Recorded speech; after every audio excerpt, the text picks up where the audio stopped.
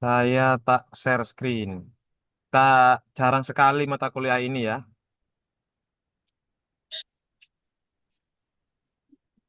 Saya share screen. Nah,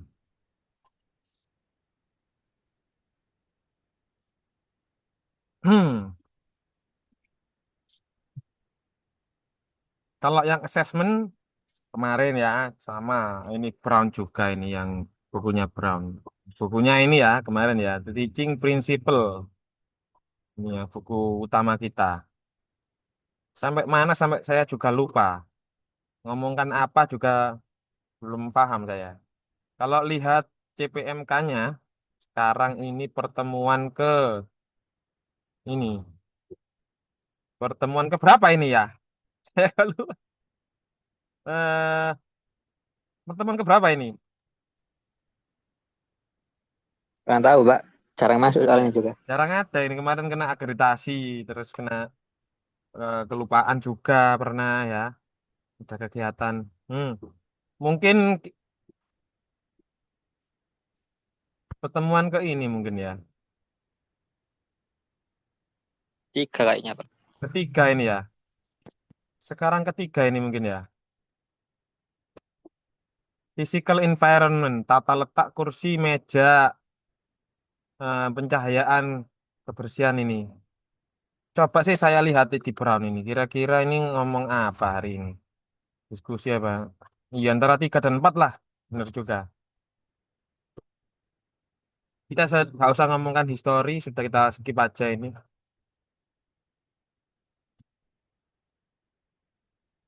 Tapi ini ada ini, lumayan ini. Eh ada apa? Ini ya, macam-macam cara ngajar ini ya. Approach, metode, sama teknik. Kayaknya ini dulu aja, kayaknya penting ini. Sudah pernah kemarin ngomongkan grammar translation method, terus direct method, audilingual, ini sudah pernah. Community language learning, silent way, physical response sudah? Kayaknya belum ya. Yang bab 2 ini kayaknya ya. Kayaknya belum deh. Saya ingat saya belum. Coba ini dulu aja halaman 13. Nanti kalau dibaca kalau oh, udah pernah ini kita skip aja ya. Halaman 13. Kita skip yang lain. Berarti ini pertemuan kedua, berarti intinya masih banyak yang ini perlu dibahas. Ya minimal tahu lah ini mata kuliahnya ini untuk tahu kita aja udah cukup kok.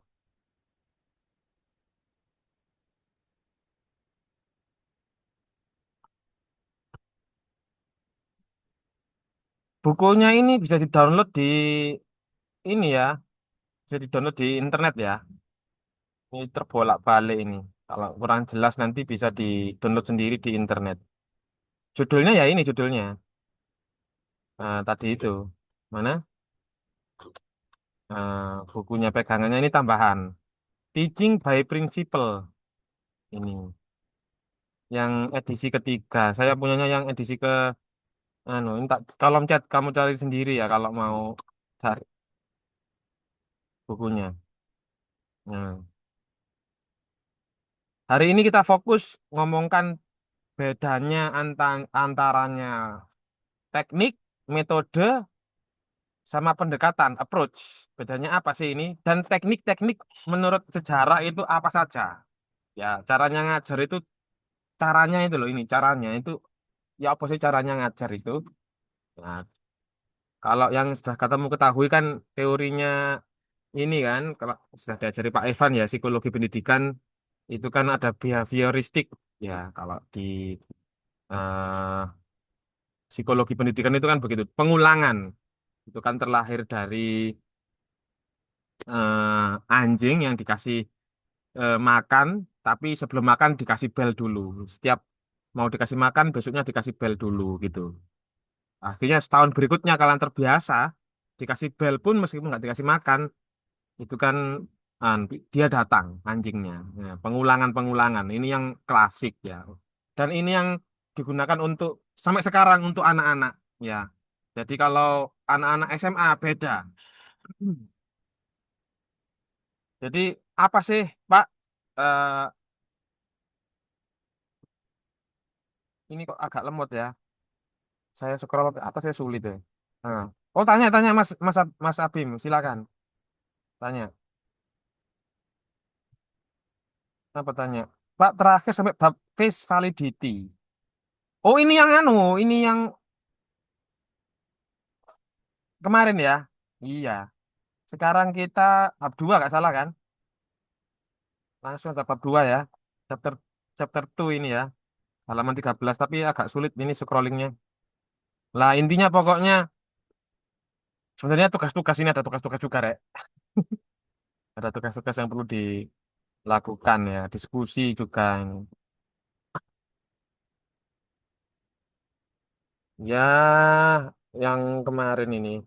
Validity sama reliability itu kayaknya yang assessment. Ini yang classroom management hari ya, Kamis itu. Nah, kita fokuskan ke bab 2 ini. Methodological History of Language Teaching. Jadi caranya ngajar, kan ada isi ya. Isi itu sama kayak teori. Jadi teori itu biar bisa biar bisa tertransfer ke siswa didik itu caranya itu bagaimana sih? Metodenya bagaimana sih? Metode itu artinya cara ya. Cara ngajar itu bagaimana sih? Lah, bab ini menerangkan itu. Caranya ngajar. Makanya di sini tuh beda dengan beda dengan language assessment. Ini kita fokus ke cara ngajarnya. Juga tidak sama dengan ini kurikulum caranya buat RPP. Enggak, ini materi kuliah ini fokus dengan cara ngajar. Ada tiga terms yang harus difahami dan dibedakan. Antaranya approach, ini juga mirip-mirip metode, cara, teknik, cara ya. Sama-sama approach itu pendekatan. Metode, cara, teknik juga teknik ya. Mirip-mirip. Tapi ini kalau menurutnya si Brown beda. Bedanya apa? Kita bahas di bawah ini ya. Ini dikemukakan oleh Edward Anthony. His concept of method was a second three hierarchy elements. Nah, ya ada ternyata ini hierarkis. Ternyata hierarkis itu kayak anu itu ya, ada jenjangnya itu ya. Ada approach, ada metode sama teknik. Approach itu menurutnya Anthony was a set of assumption dealing with nature of language learning and teaching. Jadi fokusnya itu approach itu pendekatan ya kalau di ini tuh ya yang berhubungan dengan nature of learning and teaching. Berarti ini tuh fokusnya ke asumsi yang berhubungan dengan perencanaan untuk pembelajaran pembelajaran bahasa. Terus bagaimana dengan metode? Overall plan for systematic presentation of language based on oh ini lebih ini ya selected approach. Ini lebih spesifik lagi. Kalau teknik, word the specific activities. Oh, berarti begini. Approach itu besar, metode itu agak kecil, teknik semakin spesifik lagi. Nanti contohnya ya, kita baca lagi ya. Baca lagi bawah-bawahnya nanti. Jadi intinya itu di sini. Kamu harus ingat-ingat ya, approach itu set of assumption. Set itu apa ya? Seperangkat asumsi yang berhubungan dengan nature of language learning and teaching. Jadi antaranya bahasa, pembelajaran, dan pengajaran. Kalau metode itu dideskripsikan as an overall plan for systemic presentation of language based on a selected approach. Jadi fokus ke presentasi yang sistematis yang digunakan berdasarkan dari pendekatan yang dipilih ya, selected approach. Kalau teknik itu aktivitas yang spesifik yang digunakan di dalam kelas, itu teknik. Nah, nanti lama-lama lah kita bisa memahami ya, pelan-pelan. Ah, ah, ah, ah, ah, ah, ah. Oh, enggak penting. Kita langsung ke Di sini ada tabel ya, nanti biar bisa tahu bedanya ya. Tadi itu yang tabel awal-awal bedanya apa itu di situ.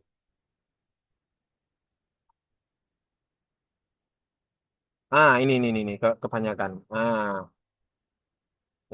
Ini approach ini kalau spesifikasikan lagi artinya apa? Nah, ini. Theoretical well-informed position and beliefs about the nature of language and nature of language learning. Jadi ini kayak paradigma. Paradigma itu berarti itu besar banget. Nah, tadi itu kayak psikologi pendidikan, behaviorisme itu berarti masuk ke approach, pendekatan. Jadi pengulangan-pengulangan tadi. Tapi caranya ngulang-ngulang itu kan tergantung lebih spesifik lagi. Nah, kalau metode apa? Generalized set of classroom specification for accomplishing linguistic object. Ya, jadi memang metode di sini itu berhubungan dengan eh, peran antaranya guru dan siswa. Guru ini kan fungsinya kan ini ya, sebagai pemimpin di dalam kelas, ataukah sebagai ini mediator, atau jangan-jangan ini seperti dokter itu menerima fasilitator, keluhannya memfasilitasi keinginannya siswa. Nah, ini kan juga eh, lebih spesifik lagi. Kita fokuskan tujuannya ini apa sih? Metodenya berbeda. Nah, kalau kurikulum silabus ini kamu sudah tahu ya, kurikulum ini ya tentang untuk lesson plan, tapi ini bukan tugas kita, bukan tugas pembahasan di kelas kita. Ini ada lagi mata kuliah classroom apa kurikulum material development. Jadi kurikulum material development itu fokus ke ini kurikulum perencanaan ini fokus ke situ ya. Kita lewati aja yang kurikulum. Kalau teknik, nah ini kan fokus ke aktivitas, kegiatan, eh, soal-soal yang berhubungan dengan kegiatan di dalam kelas. Jadi lebih spesifik lagi. Ingat-ingat ya, approach itu paling besar, metodologiku semakin menyempit, teknik semakin menyempit lagi. Mungkin nanti itu bisa dijelaskan di sini ya. Tadi saya langsung aja ke tabel biar kita itu bisa membedakan. Nah, ini tabelnya ini metode ini dibagi menjadi tiga ini kayaknya juga ini. Yang pertama ini kita kok miring gini ya. Caranya rotate bagaimana ini? Apakah ini? Apakah bisa dirotate? Tidak bisa. Oh, malah terbalik. Saya sabar.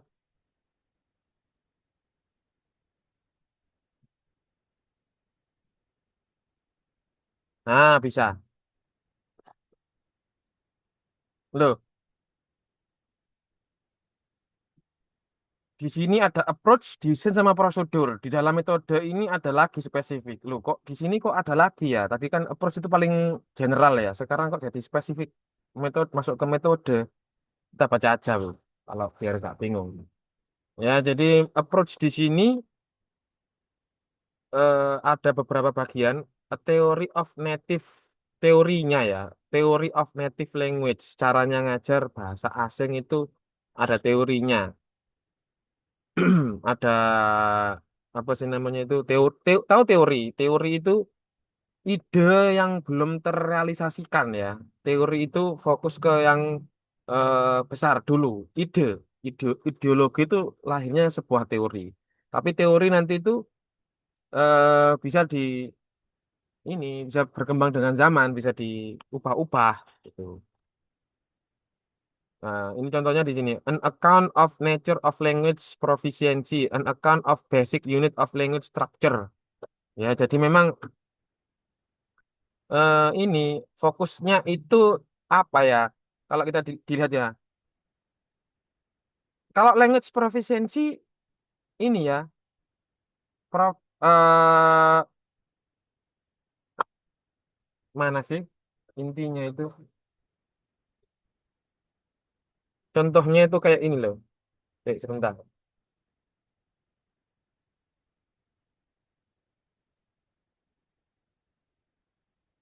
sebentar.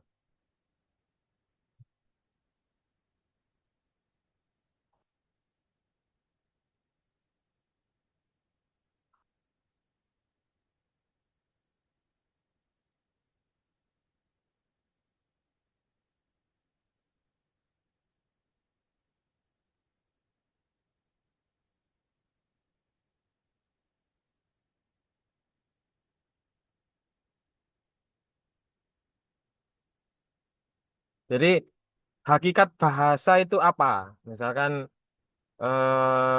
enggak sih Pak, enggak. Iya. Maaf ya. Iya, enggak ae. Nah, jadi a theory of native language. Jadi teori bahasa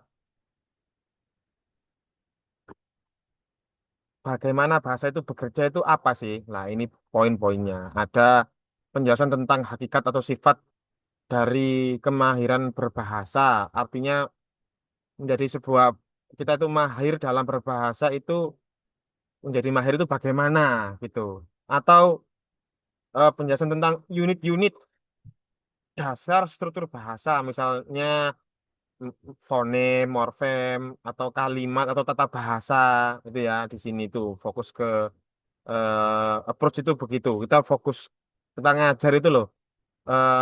Approach pendekatan itu approach-nya itu di bagian mana? Apakah di bagian menjadi ke profesiensi atau ke fokus ke basic unit ya kayak fonem, morfem itu atau kalimat atau paragraf gitu kan di sini. Ini teori native language itu fokusnya itu ke situ. Jadi bagaimana bahasa itu bekerja. Oh, dari kata terbentuk dari bunyi, bunyi terbentuk dari kata, kalau terbentuk dari kalimat kan dari paragraf begitu kan. Atau ini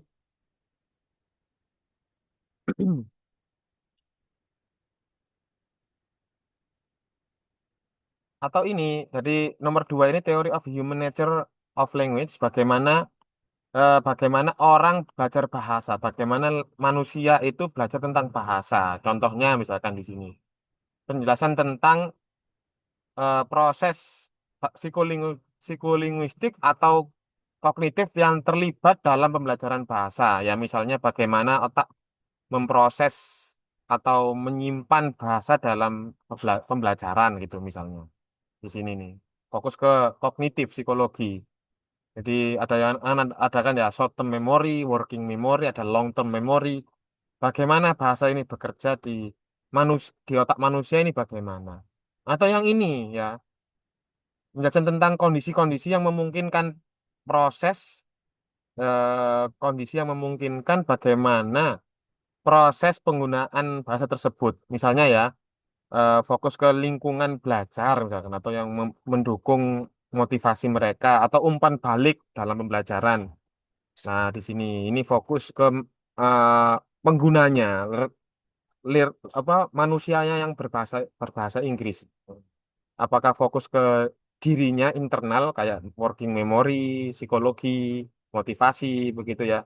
Kalau yang ini motivasi, maaf, yang ini motivasi. Atau lingkungan belajar ini eksternal atau umpan balik dari gurunya begitu. Nah, ini fokus kajian approach di situ di sini. Ingat-ingat ya, ada di sini itu ada theory of native language, fokusnya itu ke apa namanya tadi? Bagaimana bahasa itu bekerja. Nah, kalau ini theory of nature of language learning ini fokus ke bagaimana orang-orang itu belajar bahasa Inggris. Nah, di sini ada psikologi internal, ada eksternal di sini. Psikologi itu fokusnya kayak ini eh, proses bagaimana bahasa itu diproses dalam otak kita atau penyimpanan apa memori kita. Terus kalau yang kondisi ini eksternal kayak lingkungan, belajar, atau motivasi dari orang tua, motivasi dari gurunya. Ini ini ini fokusnya ke approach di situ. Nah, nanti kamu ketika nggak buat skripsi, jangan sampai salah membedakan antaranya approach, metodologi, sama teknik ya. Biasanya itu yang paling enak itu, yang aman itu pakai yang ini. Karena kamu nanti itu fokusnya ke, kalau motivasi berarti fokusnya ke sini approach yang ini an account of the condition that allow successful use of this ini ya. Jadi kesimpulannya approach itu apa sih Pak? Jadi approach itu kalau menurutnya Pak Iqbal ya itu prinsip-prinsip tentang hakikat bahasa dan hakikat pembelajaran bahasa. Jadi fondasi filosofisnya itu namanya approach. Fondasi teoritis itu fokus ke approach. Jadi caranya apa caranya mengajar bahasa secara filosofis itu fokusnya itu approach. Ya, gitu ya. Itu. Terus bagaimana dengan yang desain, Pak? Desain. Ada pertanyaan? Halo, Ada, Pak. Mas Abim? Ada komen ini, Mas Abim. Pembuatan ide sebelum kejadian yang direalisasikan di kehidupan. Iya, betul. Ide itu yang idealis bagaimana sih? Itu. Idealisnya, idealisnya kita ngajar bahasa itu seperti apa sih? Seharusnya itu begitu. Ya, oke. Kalau desain, Pak, sekarang ya ini desain. Desain itu eh, kalau di sini tuh rencana ya. Kalau Pak Iqbal itu rencana praktis yang penerjemahan dari teori bahasa dan pembelajaran ini. Jadi dia itu praktisnya itu di sini. Contoh ya, desain misalkan nomor satu ini. General and specific object. Ini mengidentifikasi apa yang diharapkan dapat yang dicapai ketika ngajar itu yang outputnya apa sih, yang dicapai siswa itu menggunakan model apa sih, biar tercapai. Nah ini biasanya itu desain ini digunakan di silabus sama lesson plan.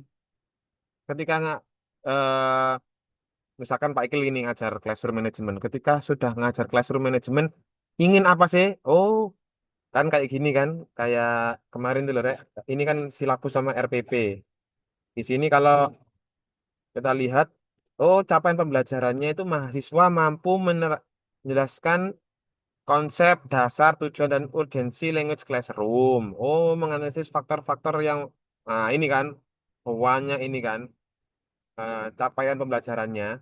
Oh, mahasiswa mampu menjaga kelas yang aman. Bagaimana caranya? Caranya bagaimana? Oh, pakai metode ini. Sekarang kan pakai metode yang kita bahas ini kan. Lah, ini maksudnya itu. Jadi mampu, misalkan ya kalau kamu nanti di sekolah ya, mampu berkomunikasi dalam bahasa Inggris dengan baik, misalkan begitu. Atau anak-anak mampu menggunakan past tense dengan akurat. Nah, itu didesain, fokusnya di desain. Ya, nah kalau silabus model lah ini kan ya, silabus silabus itu apa sih artinya, Pak? Ya itu silabus kayak Pak Iqbal ini kalau ini kan lesson plan ya. Di dalamnya itu ada silabus, ada RPP, ada rencana pembelajaran RPP itu ada yang rencana pembelajaran mingguan, ada bulanan, ada semester RPS, ada program tahunan. Kalau di Indonesia tuh banyak banget administrasinya. Kalau di luar cukup ini silabus ya. Silabus itu apa? Rencana yang akan diajarkan itu apa dan urutannya itu bagaimana. Kalau nggak urut kan bahaya. Jadi Pak Ekel itu juga punya CPMK-nya ini kan. Nah, ada urutannya. Hari ini ngajar apa, hari ini ngajar apa, sampai pertemuan ke-14 ini kan. Nah, kalau sekarang kan ini fokus ke teknik ngajari apa. Ini silabus, berarti itu apa? Rencana, kriteria for the selection and organization, ya ya. Urutan-urutan. Nah, topik yang diajarkan itu apa saja ya. Nah, itu urutannya apa? Lah, itu diajarkan diterterakan di silabus model ini fokus ke desain. Terus tipe-tipe. Nah, tipe-tipe jenis-jenis aktivitas dalam belajar dan mengajar itu apa saja sih? Nah, itu masuk ke desain. Contohnya di sini ya, kind of tasks and practice. Ya, ini deskripsi tentang prosedur latihan atau soal-soal yang digunakan di dalam kelas. Apa saja? Ya, misalkan jenis tugas aktivitas mahasiswa itu menggunakan ini ketika kamu ngajar di SMA misalkan kamu menggunakan diskusi kelompok berkelompok-kelompok atau menggunakan role play. Nah, itu di sini. Nah, kamu kalau pakai role play dalam skripsimu, dalam nanti PPL kan buat laporan ya, berarti itu desain. Masuk ke desain, bukan approach. Approach itu tadi itu yang saya jelaskan itu mencakup ini, mencakup ini. Kalau desain mencakup tentang silabus, terus tujuan pembelajaran, terus tipe-tipe pembelajaran, ya kayak role play, terus diskusi kelompok gitu. Nah, learner learners learner rules ini tentang apa? Menjelaskan bagaimana seharusnya siswa itu harusnya bertindak dan berinteraksi dalam proses pembelajaran itu bagaimana sih? Intinya dalam pembelajaran itu siswa itu ngapain sih? Nah, kalau kamu meneliti tentang siswanya, berarti fokus ke desain. Ya, di sini ada types of learning task set for learners. Ya, ada jenis-jenis tugas yang belajar yang diberikan kepada siswa kan ada uraian, ada multiple choice. Terus ada degree of control. Ini ngomongkan tentang tingkat kontrol yang dimiliki atas siswa dalam proses belajar. Misalnya ya, apakah mereka boleh memilih topik gitu ya, atau mereka boleh memilih, Pak, saya sudah bisa, Pak, itu dilewati saja. Boleh. Itu degree of control. Tapi di Indonesia sangat ini jarang ya, digunakan. Mau habis nanti 10 menit lagi mati nanti saya share link lagi ya. Terus ada patterns. Di sini ada patterns. Patterns itu pola ya. Pengelompokan siswa yang berdasarkan eh, keahliannya. Misalkan eh, apa? Pair dengan kelompok dua pasangan atau kelompok besar atau kerja individu di sini. Macam-macam di sini. Nah, kalau teacher's role di sini bagaimana guru itu berperan. Jadi kamu kalau menganalisis guru di dalam pembelajaran itu fokusnya ke desain. Nah, di sini ada kan fungsi guru bagaimana, caranya guru itu mengajar, eh, menentukan topik pembelajaran itu bagaimana, itu dilakukan di teacher's role ini. Ini fokus ke desain. Kalau instructional material ya materi yang digunakan, misalkan textbook, terus materi-materi media ajar yang lain seperti PowerPoint, teknologi gitu ya, pakai teknologi atau pakai AI, itu fokus ke desain. Menurutnya Richard and Rogers, ini desain. Ada pertanyaan?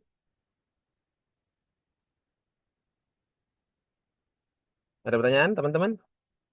Desain? Ini nanti itu fungsinya Lanjut itu Pak. di skripsi, Rek. Fungsinya di skripsi sekarang mungkin nggak berguna. Nanti ketika di skripsi ditanyain kamu, apa bedanya approach, prosedur, desain, teknik, sama metode. Bisa jawab ini. Ya, yang penting tahu dulu. Nanti ketika lupa dibaca lagi. Oh, apakah ini masuk ke teknik? Apakah masuk desain? Apakah masuk approach ya? Gitu ya. Sekarang ke prosedur. Prosedur ini merujuk kepada ini ya, merujuk kepada implementasi praktis dari sebuah metode. Praktisnya itu di sini. Dan ini itu paling spesifik yang dijelaskan secara detail bagaimana langkah-langkahnya di sini. Nah, makanya di sini ada classroom teknik ya di sini ya. Practice and behaviors ini teknik praktik atau perilaku nyata yang diamati dalam kelas. Ya, jadi di sini itu praktik nyatanya difokus ke prosedur. Berarti kayak ini ya, langkah-langkah. Contoh, itu di Indonesia itu namanya itu di RPP. RPP itu kan ini ya, pertama pembukaan. Di dalam pembukaan itu ada salamnya, disapa anak-anaknya bagaimana kabarnya anak-anak, ada yang sakit hari ini. Kan kamu ketika SMA kan begitu. Itu memang prosedurnya memang begitu. Terus i- baru kalau anak-anak sudah kondusif dikasih materi. Setelah materi penutup. Penutup itu berupa refleksi. Di sini tuh refleksinya ada di sana diskusi, ada ya dikasih ulangan, dikasih tugas dan lain-lain. Ini tuh masuk ke prosedur, langkah spesifik. Jadi rinciannya meliputi apa? Yang pertama, resources in terms of time. Ya, sumber daya yang digunakan oleh guru terkait waktu. Alokasi waktu itu berapa jam? Oh, 45 menit kalau di SMA itu biasanya. 2 kali 45 menit biasanya. Kalau kita kan 2 SKS, satu SKS-nya 50 menit gitu kan. Ini masuk ke waktu. Space itu ruang. Duduknya itu bagaimana. Harusnya itu kita itu ke fokus ke ini, fokus ke ini, Rek, tata letak kursi ini sekarang. Tapi kita kayaknya belum fokus ke, belum ada ngawalinya, kita ngomongkan ininya dulu ya, filsafatnya dulu, teorinya dulu. Ruangnya bagaimana? Ruang duduk melingkar kah atau berhadapan-hadapan atau berkelompok-kelompok itu kan ya. Tuh, terus itu kalau ngomongkan itu kamu berarti itu masuk ke prosedur karena ini spesifik. Kayak juga ini equipment kayak papan tulis, proyektor, flash disk atau apa ya, komputer itu ini fokus ke situ. Ini masuk ke resources. Ada lagi instructional pattern kayak interaksi yang diamati selama pelajaran, misalnya guru siswa itu diamati. Ada penelitian seperti itu, Pak. Iya, ada penelitian ngamati diskusi guru dan siswa atau siswa dengan siswa, diskusi ketika diskusi kelompok, mereka ngomongin apa sih? Nah, atau kelompok kecil atau kelompok menengah gitu ya. Itu di sini itu fokusnya di sini. Kalau taktik, apa taktik? Ya strategi ya yang digunakan oleh guru. Misalkan cara memberi umpan balik, cara mengajukan pertanyaan ke siswa bagaimana? Caranya nggak boleh kita langsung tanya, apa yang dimaksud dengan ini nggak boleh. Kita pantik dulu, ada kayak clickbait gitu sekiranya anak-anak itu penasaran. Misalnya kalau anak kecil memang strateginya disuruh menghafal ya, disuruh mengulang-ulang. Kalau anak-anak SMP sama SMA biasanya disuruh menebak kira-kira maknanya pesannya itu apa dalam cerita ini, misalkan begitu. Biasanya itu suruh menebak. Jadi eh, saya ulangi lagi ya, filosofi itu approach itu fokus ke filosofi dan teori. Jadi mengapa kita mengajar, apa hakikat bahasa dan pembelajaran gitu ya. Kalau desain itu perencanaan dan struktur terkait apa yang harus diajar, silabusnya apa, dan eh, siapa apa peran-perannya siapa saja gitu ya. Kalau prosedur itu implementasi dan teknik, bagaimana langkah-langkah konkret yang dilakukan di dalam kelas. Tuh, secara keseluruhan itu. 3 menit lagi habis. Silakan bertanya. Nanti saya kasih link lagi. Oh, Pak, Ada pertanyaan? Habis ini habis soalnya 3 menit lagi. untuk rekaman Zoom ini nanti apa? Dikirim ke e-learning apa E-learning. mboten? Iya, saya kirim Ya. Mas David. Di e-learning nanti di e-learning kamu bisa lihat lagi. Nah, ini habis ini setelah Zoom ya atau langsung mati ini ya. Habis ini kita masuk ke caranya metode ya, cara ngajar menggunakan teknik namanya grammar translation method. Apa itu grammar translation method? Nah, habis ini atau langsung aja? Langsung aja ya. Nanti kalau mati langsung ini ya, pakai Google Meet aja biar. Tapi Google Meet itu nggak bisa di-record, Rek. Yang bisa di-record itu Zoom. Habis ini aja, Pak. Nunggu waktunya aja. Iya, ya. Daripada nanti kepotong-potong. Kepotong ini tinggal 2 menit 30 detik ini. Kalau lihat di remaining meeting time ini. Ya,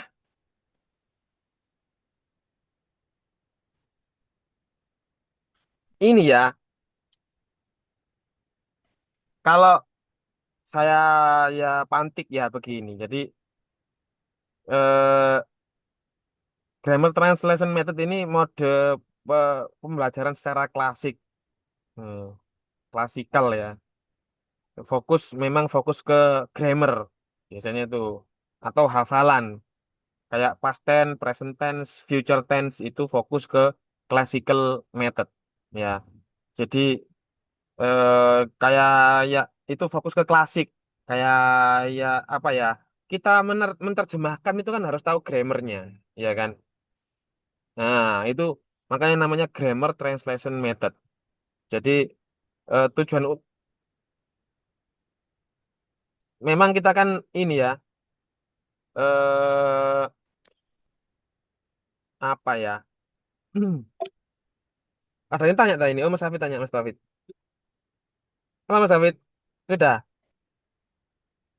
Udah Pak, enggak, Iya, enggak tanya sudah Pak. ya. Tadi belum saya lihat.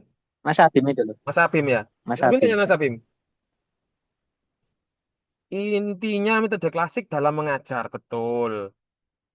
Ya, tapi ini bukan berarti klasik itu bukan berarti jelek ya, Mas Hafid dan teman-teman ya. Ini masih dipakai juga sampai sekarang. Jadi metode menerjemahkan dan metode pakai grammar juga, pakai future tense, disuruh menghafal. Past tense itu ada subjek, verb, S, S atau ES, objek, begitu kan? Biasanya kan ya guru-guru kita ya. Nah, itu berarti cara teknik masih lampau, metode lampau, disuruh menghafalkan rumus-rumus. Nah, tapi apakah relevan di saat ini? Ada yang relevan, ada yang tidak. Kita spesifikasinya habis ini. Habis ini tapi mati rek. Nunggu 10 menit terus on lagi. Repot ini. Zoom ini.